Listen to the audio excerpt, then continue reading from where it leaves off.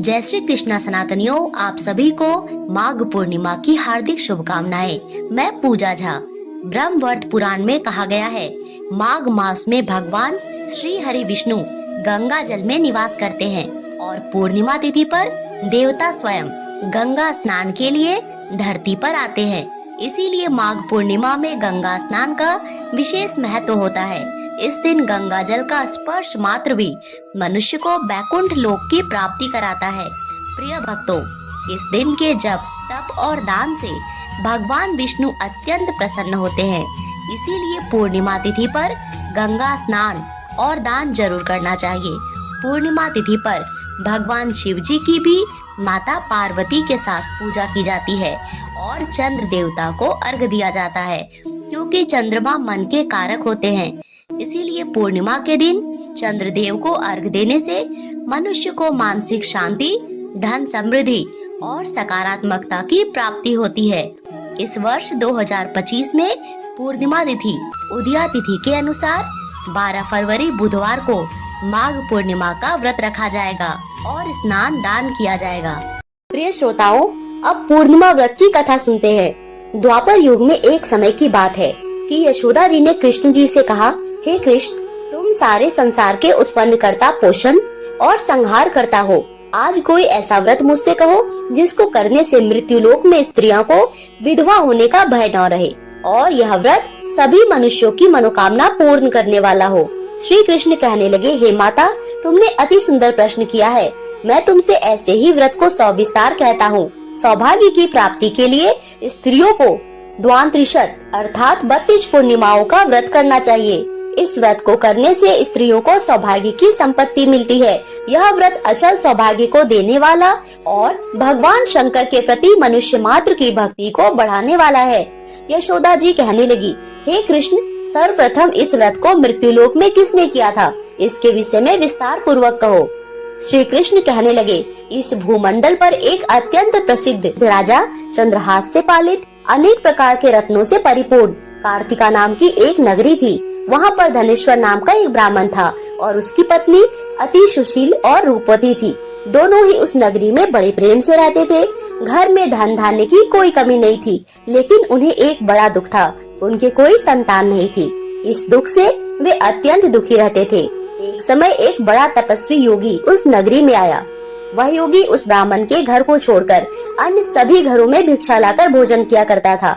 एक दिन वह योगी रूपवती से भिक्षा न लेकर किसी दूसरे घर से भिक्षा लेकर गंगा किनारे जाकर भिक्षा से मिले अन्न को प्रेम पूर्वक खा रहा था कि धनेश्वर ने योगी का यह सब कार्य किसी प्रकार से देख लिया। अपनी भिक्षा के अनादर से दुखी होकर धनेश्वर योगी से बोला, महात्मा, आप सभी घरों में भिक्षा लेते हैं किंतु मेरे घर की भिक्षा नहीं लेते, इसका क्या कारण है? तब योगी ने कहा, निसंतान के घर की भीख पतितों के अन्न के समान होती है। जो पतितों का अन्न खाता है वह भी पतित हो जाता है। क्योंकि तुम निसंतान हो, इसीलिए पतित हो जाने के भय से मैं तुम्हारे घर की भिक्षा नहीं लेता। धनेश्वर यह बात सुनकर अत्यंत दुखी हुआ और हाथ जोड़कर योगी के पैरों में गिर पड़ा और विनीत स्वर में कहने लगा, हे महात्मा, अगर ऐसा है तो आप ही मुझे पुत्र प्राप्ति का कोई उपाय बताइए। आप तो सब कुछ जानने वाले हैं, मुझ पर इतनी कृपा अवश्य कीजिए। धन की मेरे घर में कोई कमी नहीं है, किंतु कोई पुत्र ना होने के कारण मैं अत्यंत दुखी हूँ। आप मेरे इस दुख को दूर कीजिए। यह सुनकर योगी कहने लगा, हे ब्राह्मण, तुम देवी चंडी की आराधना करो। फिर घर आकर उसने अपनी पत्नी से सारा वृतांत कहा और खुद तपस्या करने के लिए वन में चला गया। वन में जाके उसने देवी चंडी की उपासना की और देवी चंडी ने 16वें दिन उसको सपने में दर्शन दिए और कहा, हे धनेश्वर, जा, तेरा पुत्र होगा, लेकिन उसकी आयु सिर्फ 16 वर्ष होगी। 16 वर्ष की आयु में उसकी मृत्यु हो जाएगी। अगर तुम दोनों स्त्री और पुरुष 32 पूर्णिमाओं का व्रत करोगे तो वो दीर्घायु हो जाएगा। जितनी तुम्हारी सामर्थ्य हो उतने आटे के दिए जलाकर शिव जी का पूजन करना, लेकिन पूर्णमासी 32 होनी चाहिए। सुबह होते ही तुम्हें इस स्थान के पास एक आम का पेड़ दिखाई देगा। उस पर चढ़कर एक फल तोड़कर अपने घर ले जाना। अपनी स्त्री को इस व्रत के बारे में बताना। सुबह स्नान होने के बाद जब वह स्वच्छ होकर शंकर जी का ध्यान करके उस फल को खा लेगी, तब भगवान शंकर की कृपा से उसको गर्भ ठहर जाएगा। जब ब्राह्मण सुबह उठा तो उसे उस स्थान पर आम का पेड़ दिखाई दिया और वह फल तोड़ने के लिए चढ़ा, लेकिन उस पेड़ पर तो कोई फल ही नहीं थे। यह देखकर उसे बड़ी चिंता हुई। उसने भगवान गणेश की उपासना की और कहा, हे दयानिधे, अपने भक्तों के विघ्नों का नाश करके उनके मंगल कार्य को करने वाले, दुष्ट का नाश करने वाले, रिद्धि सिद्धि देने वाले, कृपया आप ऐसी कृपा करें कि मेरी मनोकामना पूरी हो सके और मैं इस पेड़ से फल ले जाकर अपनी पत्नी के पास पहुंच सकूं। भगवान गणेश ने उसकी प्रार्थना स्वीकार कर ली और फिर उसे कुछ ऊंचाई पर एक आम का फल दिखाई दिया। ब्राह्मण किसी तरह उस पेड़ पर चढ़ा और उस फल को लेके अपनी पत्नी के पास पहुंचा। उसकी पत्नी ने अपने पति के कहे अनुसार उस फल को खाया और वह गर्भवती हो गई। देवी की कृपा से उसे बहुत सुंदर पुत्र पैदा हुआ। उसका नाम उन्होंने देवी दास रखा। माता पिता के हर्ष और शोक के साथ वह बालक बढ़ने लगा। भगवान की कृपा से बालक बहुत ही सुंदर था, सुशील और पढ़ाई लिखाई में बहुत निपुण था। दुर्गा जी के कथनानुसार उसकी माता ने 32 पूर्णमासी का व्रत रखा। जैसे ही 16वां वर्ष लगा, दोनों पति पत्नी बहुत दुखी हो गए, कहीं उसके पुत्र की मृत्यु न हो जाए। उन्होंने सोचा कि अगर उनके सामने यह सब हुआ तो कैसा होगा, वे देख नहीं पाएंगे। तभी उन्होंने देवीदास के मामा को बुलाया और 1 वर्ष के लिए देवीदास को काशी में पढ़ने के लिए भेज दिया। 1 वर्ष के बाद उसे वापस लेकर आना, ऐसा कहकर देवीदास को उसके मामा के साथ एक घोड़े पर सवार होकर भेज दिया। उसके मामा को भी यह बात पता नहीं थी। दोनों पति पत्नी ने 32 पूर्णमासी का व्रत पूर्ण किया। दूसरी तरफ मामा और भांजा दोनों रात गुजारने के लिए रास्ते में एक गांव में रुके। उस दिन उस गांव में ब्राह्मण की कन्या का विवाह होने वाला था। जिस धर्मशाला में वर और बारात के बाकी लोग रुके थे, उसी धर्मशाला में देवीदास और उसका मामा ठहर गए।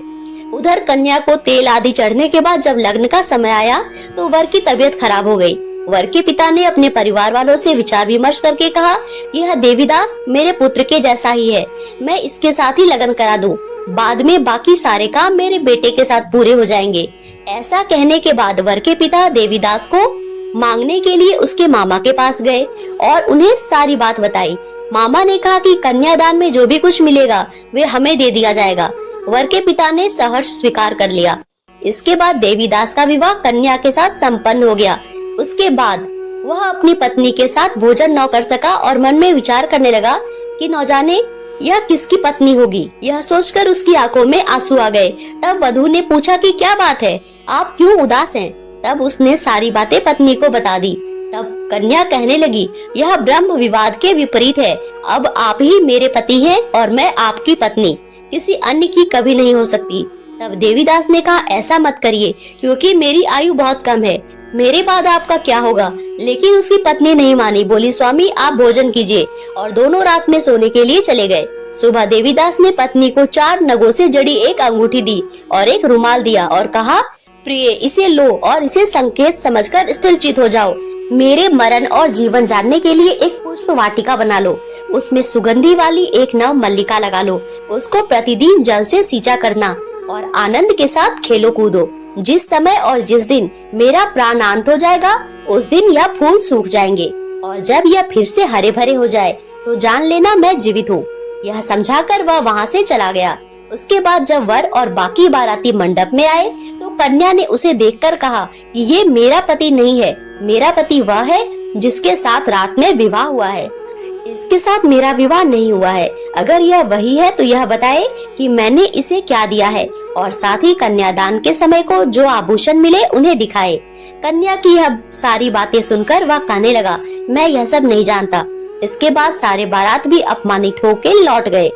भगवान कृष्ण बोले, हे माता, इस प्रकार देवीदास काशी चला गया। कुछ समय जब बीता तो एक सर्प उसको डसने के लिए वहाँ आया, लेकिन वह उसको काट नहीं पाया क्योंकि उसकी माता ने पहले ही 32 पूर्णिमा का व्रत पूर्ण कर लिया था। इसके बाद खुद काल वहाँ पहुँचा।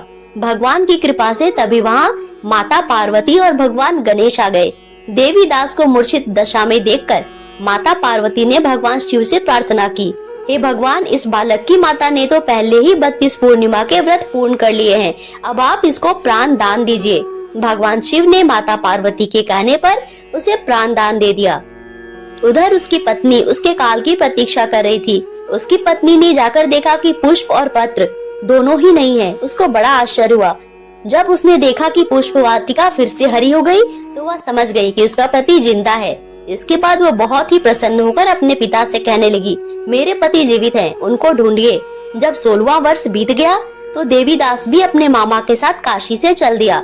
इधर उसकी पत्नी के परिवार वाले उसे ढूंढने के लिए जा ही रहे थे कि उन्होंने देखा कि देवीदास और उसका मामा उधर ही आ रहे हैं। उसको देखकर उसके सास ससुर बहुत प्रसन्न हुए और उसे अपने घर ले आए। वहाँ सारा नगर इकट्ठा हो गया और कन्या ने भी उसे पहचान लिया। देवीदास ने इसके बाद अपनी पत्नी और मामा को साथ लेकर वहाँ से विदा लिया। उसके ससुर ने भी उसे बहुत सारा धन दहेज में दिया। जब वह अपने घर की तरफ चला तो उसके माता पिता को लोगों ने खबर कर दी, तुम्हारा पुत्र देवीदास अपनी पत्नी और मामा के साथ आ रहा है। ऐसा समाचार सुनकर पहले तो उन्हें विश्वास ही नहीं हुआ, लेकिन जब देवीदास आया और उसने अपने माता पिता के पैर छुए तो देवीदास के माता पिता ने उसे सीने से लगा लिया और प्रेम से रोने लगे। दोनों के आने की खुशी में धनेश्वर ने बहुत दान दक्षिणा ब्राह्मणों को दी और उन्होंने अपनी बहू का भी स्वागत किया। श्री कृष्ण जी कहते हैं, इस प्रकार धनेश्वर को 32 पूर्णिमा के व्रत के प्रभाव से संतान की प्राप्ति हुई और वो संतान दीर्घायु भी हुई।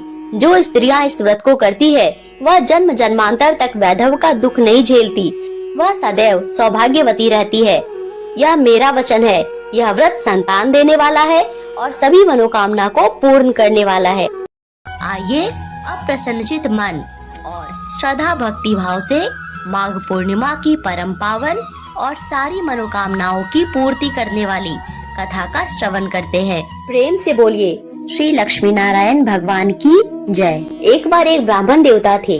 वे रोज पीपल पर जल चढ़ाते थे, पूर्णिमा का उपवास भी रखते थे और चंद्र देवता को जल भी अर्पित करते थे।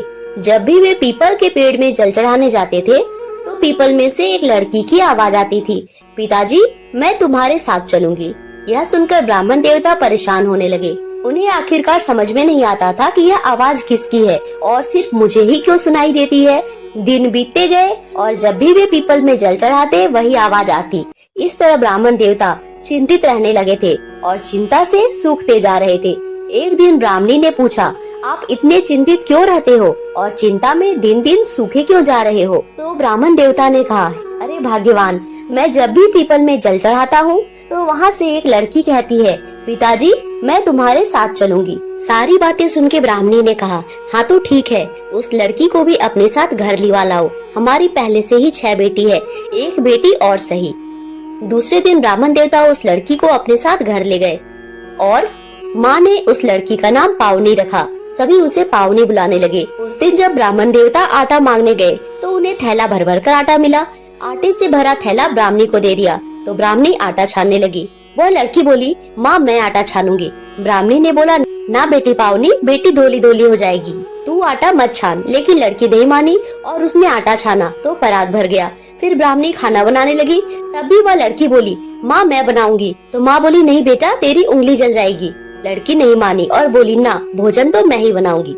अब वह रसोई में गई तो 56 तरह के भोजन बनाए। 56 पकवान बना के सबको पेट भर भर कर खिलाया। और दिन तो सभी भूखे रहते थे। उस दिन सभी ने पेट भरकर खाना खाया। खाना बहुत ही स्वादिष्ट बना था। कुछ समय के बाद ही ब्राह्मणी का भाई आया। कहने लगा, जीजी मुझे तो भूख लगी है, रोटी खाऊंगा। सुनकर ब्राह्मणी चिंतित हो गई कि सबने तो खा लिया है, अब इसे खाना कहाँ से खिलाऊंगी। तो फिर पावनी आई और बोली, माँ क्या बात है, तुम चिंतित क्यों हो? माँ बोली, तेरा मामा आया है और रोटी खाएगा।